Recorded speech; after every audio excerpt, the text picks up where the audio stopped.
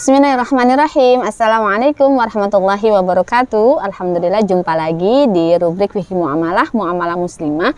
Kali ini kita mau bahas mungkin bisnis sejuta umat, bisa dibilang gitu nggak sih, tentang MLM atau multi level marketing.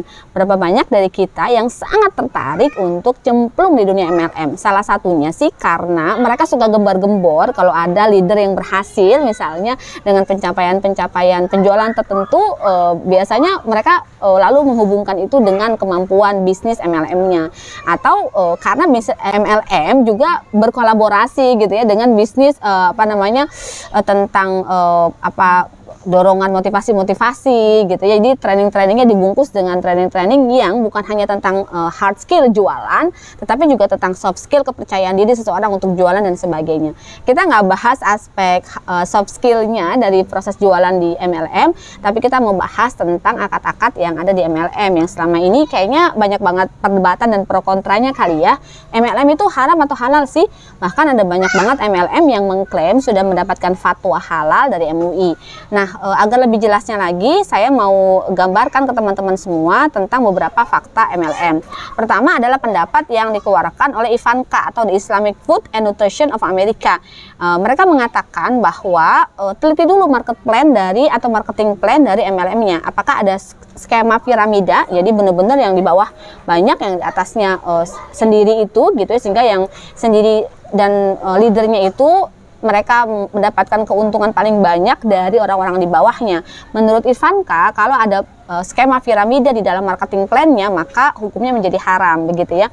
Teliti juga izinnya, misalnya apakah perusahaan itu merupakan perusahaan yang terregistrasi secara legal atau tidak. Bahkan Ivanka juga mengatakan, coba lihat juga produk-produknya, apakah di dalamnya ada unsur-unsur atau zat yang haram atau tidak. Bahkan juga kita patut curigai kalau MLM itu misalnya memberikan syarat uang pendaftaran yang sangat besar, misalnya dengan klaim bisa mendapatkan produk-produk tertentu, karena berarti sebenarnya pendaftarannya itu berbungkus pembelian produk yang nanti diharapkan bisa menjual lagi. Bahkan ada MLM tertentu yang menjanjikan kekayaan dalam waktu singkat dengan mekanisme yang mereka miliki. Jadi Ivanka memberikan semacam rekomendasi untuk mengetahui apakah sebuah MLM itu dia valid atau bahkan mekanisme bisa dikatakan investasi bodong kali ya, karena kita harus bayar sangat mahal untuk bisa bergabung di MLM tersebut. Dan biasanya produk-produk yang dikeluarkan juga dengan harga yang lebih mahal dari kebanyakan produk yang ada di pasaran dengan kandungan-kandungan yang serupa. Ada banyak banget fatwa-fatwa yang dikeluarkan oleh banyak sekali lembaga-lembaga tentang MLM, dan teman-teman pasti juga sudah banyak dengar. Di Indonesia sendiri lebih dari 100 perusahaan yang tercatat di APLI ya, Asosiasi Penjualan Langsung Indonesia. Dan multi level marketing ini kalau kita lihat definisinya dari APLI adalah metode pemasaran barang atau jasa dari sistem penjualan langsung melalui program pemasaran berbentuk lebih dari satu tingkat. Jadi MLM ini dianggap sebagai direct selling atau penjualan langsung yang programnya itu lebih dari satu tingkat, di mana mitra usaha mendapatkan komisi penjualan dan bonus penjualan dari hasil penjualan barang atau jasa yang dilakukannya sendiri dan dilakukan oleh anggota dalam jaringan kelompoknya, baik anggota itu bersifat vertikal dari bawah ke atas atau bersifat horizontal, yaitu yang ke samping. Intinya di dalam MLM, para leader tadi itu bukan hanya mendapatkan komisi penjualan dan keuntungan dari kinerjanya sendiri, tetapi dia juga mendapatkan keuntungan dan komisi penjualan dari orang-orang yang berhasil dia rekrut, yang berada di bawah downline-nya gitu, di bawah downline. Jadi setiap upline dia akan mendapatkan kompensasi dari kinerja yang dilakukan oleh downline-nya. Maka semakin banyak downline dari sebuah MLM, otomatis upline-nya akan semakin mendapatkan komisi paling besar gitu, karena dia akan selalu mendapatkan sumbangsi dari downline-nya itu ya. Seseorang disebut upline kalau dia sudah punya downline, baik downline-nya satu atau lebih, baik ke bawah atau ke samping gitu ya, sehingga pemasarannya mengandalkan kekuatan penjualan langsung dari para sellernya gitu ya, atau kita bisa bilang distributor yang tergantung istilah yang mereka miliki gitu ya. Nah, kalau kita bicara sejarahnya tentang direct selling, itu pertama ada di 1886 ya, oleh David McConnell ketika dia mendirikan perusahaan bernama The California Parfum Company di New York ya. McConnell ini mengubah namanya menjadi Avon ya, salah satu merek kosmetik yang dulu mungkin era orang tua kita sangat terkenal begitu ya. Avon, the company for women, yang itu sudah beredar di 131 negara dengan aset tahun 96 saja 4,8 miliar dolar AS. Mungkin kalau sekarang udah nggak eksis kali ya. Tetapi dialah yang pertama kali melakukan proses penjualan seperti MLM dengan model bertingkat, dengan seperti bentuk piramida, di mana orang-orang yang ada di bawah, seller di bawah itu sangat banyak. Upline itu hanya ada beberapa, sementara downline-nya itu sangat banyak. Bahkan majalah Fortune pada masa itu menempatkan Avon sebagai perusahaan yang memiliki posisi manajer paling banyak diambil oleh wanita begitu. Jadi ini sangat menarik ya buat kita para wanita, karena sejarahnya juga memang seperti itu. Lalu berikutnya ada banyak sekali perusahaan-perusahaan yang mereka juga akhirnya menggunakan pola-pola bisnis yang sama. Nah, kalau kita bisa ringkas pola bisnis MLM, maka ada beberapa. Pertama, ada yang disebut mitra gitu ya. Ada yang menjadi IBO atau Independent Business Owner, ada dealer, ada member, dan ada distributor. Biasanya seseorang menjadi member dengan melakukan pembelian sejumlah produk atau paket usaha, bisnis kit maupun starter kit, dia otomatis akan menjadi member. Ada juga orang yang menjadi member dengan membayar uang pendaftaran sekaligus juga melakukan pembelian. Jadi tidak digabung ya pembayaran sama pendaftaran dengan pembelian barang, ada yang digabung, sekali jadi member dapat semuanya. Ada yang jadi member bayar sendiri, pembelian bayar sendiri, yang pembelian itu tidak terikat dengan member tadi. Ada yang menjadi member hanya dengan melakukan pembayaran pendaftaran saja. Yang kedua, ciri khas dari MLM adalah ada sistem levelisasi ya. Jadi itu akan menentukan besarnya komisi serta bonus yang diterima. Semakin tinggi level dia, maka semakin banyak bisnis yang bisa dia hasilkan, yang dengan begitu berarti bonus maupun margin keuntungan itu bisa dia dapatkan gitu ya. Jadi ada kompensasi dari personal sale dari penjualan dia pribadi, dan ada dari grup sale atau akumulasi penjualan dari jaringan yang berhasil dia bentuk begitu ya. Nah, kalau kita bicara bisnisnya, sistem bonus di dalam MLM ada bonus langsung yang didapatkan melalui pembelian sejumlah produk oleh member. Jadi ada poin-poin yang didapatkan kalau dengan harga member begitu ya. Kedua, ada bonus tidak langsung berupa kinerja dari pembelian dari jaringan, dan yang ketiga adalah ada bonus kepemimpinan atau referee yang itu dia dapatkan berdasarkan kinerja dari downline di bawahnya begitu ya. Ada banyak skema MLM ya yang kita ketahui. Nah, sekarang kita bahas apa sih skema piramida itu gitu ya.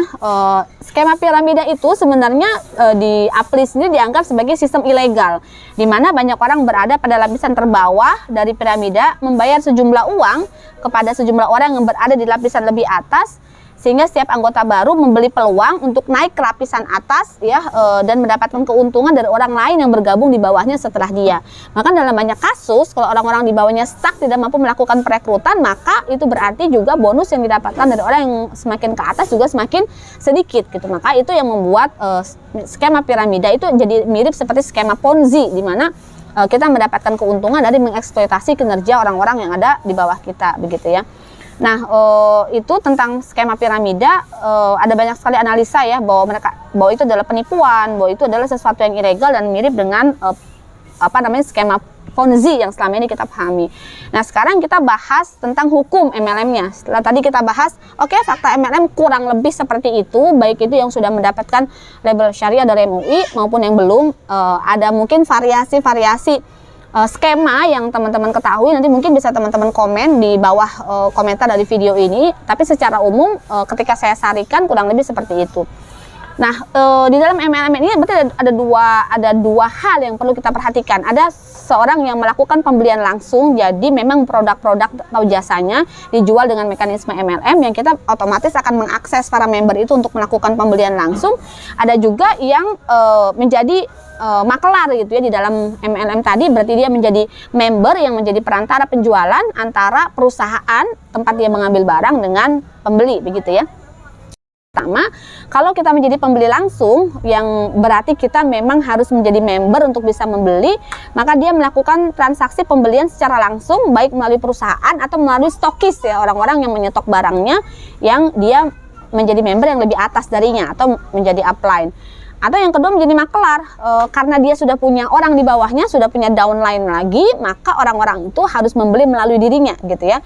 Karena proses perekrutan tadi, sehingga ketika membeli itu harus ada semacam nomor referensi yang dia sebutkan bahwa dia adalah downline dari upline tertentu. Itu kalau proses makelarnya begitu ya.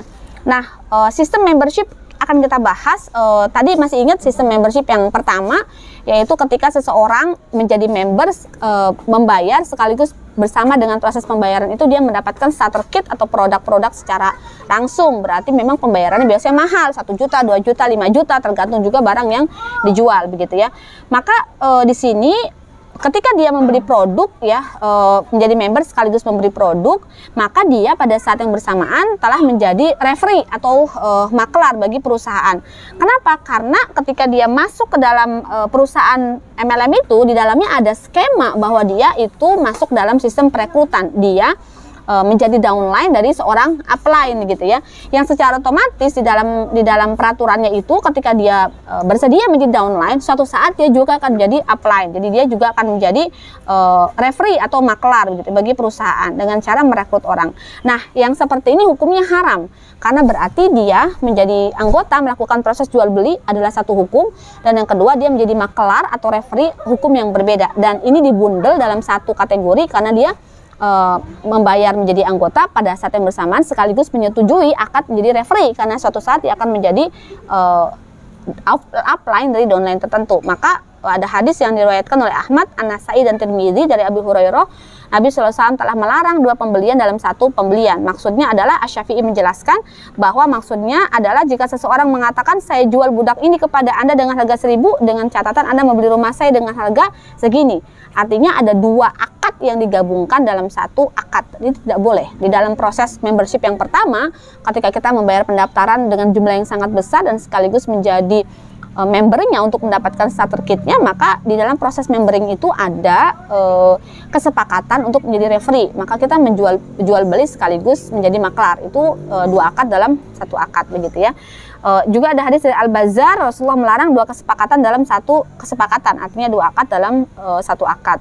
Hadis ini juga dikemukakan oleh Tabrani dalam kitab Al-Awsat, tidak dihalalkan 2 kesepakatan dalam 1 kesepakatan. Juga hadis dari Ibnu Majah, Al-Hakim dan Ibnu Hibban, tidak dihalalkan salaf akad pemesanan barang dengan akad jual beli yang bersifat langsung. Berarti memang tidak boleh 2 akad dalam 1 akad. Itu sistem membership yang pertama dan yang kedua, di mana seseorang membayar uang pendaftaran bersamaan itu dengan dia mendapatkan starter kitnya, atau yang kedua dia membayar uang pendaftaran lalu dia juga melakukan pembelian terhadap barang. Berarti juga di dalamnya ada 2 akad dalam 1 akad. Nah, yang ketiga, kalau seseorang hanya melakukan pendaftaran saja dan dia tidak diharuskan membeli barang tertentu bersama dengan proses pendaftarannya itu, maka dalam hal ini dia hanya akan mendapatkan bonus gitu ya, atau poin dari pembelian, karena dengan menjadi member dia akan mendapatkan harga yang lebih murah begitu ya. Nah, ini juga hal ini dilakukan juga sama masuk dalam kategori sabqatain fi sabqah wahidah atau baitain fi bai'ah. Sebab membership tadi itu memberikan konsekuensi akad gitu ya. Membership itu memberikan konsekuensi akad bahwa suatu hari ketika dia memberi produk, dia akan mendapatkan bonus gitu atas pembelian itu berupa potongan harga sebagai harga member. Pada bonus pertama yang dia membeli produknya saja gitu ya, dia mendapatkan bonus, maka ketika jaringan di bawahnya aktif, dia juga akan mendapatkan bonus berdasarkan proses pembelian yang dilakukan oleh jaringan di bawahnya. Maka ini juga sama dengan makelar di atas makelar. Maka yang paling memungkinkan adalah kalau kita membeli tanpa menjadi member. Intinya berarti kita tidak sepakat dengan akad yang ditetapkan oleh kemembersipan di dalam MLM itu, baik kita melakukannya kelak atau tidak melakukannya. Intinya ketika kita menjadi member, berarti kita telah sepakat ya untuk menerima proses akad, 2 akad di dalam 1 akad. Itu larangan pertama dari membership di dalam MLM. Larangan kedua adalah samsaroh ala samsaroh atau maklar di atas maklar. Kita paham bahwa proses pemaklaran di dalam Islam itu boleh, di mana kita mempromosikan barang milik orang lain untuk kita jualkan. Tetapi di dalam proses MLM, ketika seseorang itu mendapatkan hasil dari kinerja orang lain karena dia melakukan perekrutan, lalu orang ini juga melakukan penjualan barang dan dia juga mendapatkan hasil dari penjualan orang di bawahnya, maka berarti ada 2 makelar dalam proses pembelian. Di dalam Islam jumlah makelar harus 1 antara penjual dengan pembeli, nggak boleh 2 lapis, tidak boleh 3 lapis, tidak boleh 4 lapis dan seterusnya. Padahal proses MLM justru terletak pada semakin berlapisnya jumlah makelar, karena semakin tinggi dia, semakin banyak downline-nya merekrut orang-orang di bawahnya lagi, itu akan membuat dia juga semakin banyak mendapatkan bonus penjualan maupun bonus dari dirinya pribadi, begitu ya. Sehingga itu yang disebut dengan makelar atas makelar. Dan di dalam MLM dapat dipastikan proses itu terjadi dan harus terjadi karena memang begitulah mekanisme MLM. Sehingga kalau kita masuk dalam membership MLM, secara otomatis kita akan terlibat dalam 2 hal. Pertama, 2 akad dalam 1 akad, dan yang kedua adalah samsaroh ngalas samsaroh. Maka bagaimana caranya kalau kita butuh produk itu tetapi hanya dijual menggunakan mekanisme MLM, ya belilah secara langsung, tidak dengan menjadi membership, agar tidak ada tercatat di dalam syariat kesepakatan kita atas klausul-klausul yang ada di dalam proses membership tadi. Kurang lebih itu bahasan tentang MLM. Semoga teman-teman bisa memahami, mungkin bisa diputar ulang pelan-pelan bahasannya, karena tadi saya bahas dari mulai fakta sampai kepada hukum syariatnya. Sehingga apa hukum MLM? Kalau dengan fakta yang saya sampaikan tadi, hukumnya haram. Maka ketika ada MLM yang mengklaim mereka telah mendapatkan misalnya fatwa halal dari MUI, yang dapat kita lakukan adalah meneliti proses akad yang mereka lakukan. Kalau memang benar-benar makelarnya hanya ada 1 dan tidak digabungkan antara pembelian dengan proses menjadi member, maka berarti MLM itu dibolehkan. Tetapi adakah yang seperti itu? Kita bahas di sesi selanjutnya. Assalamualaikum warahmatullahi wabarakatuh.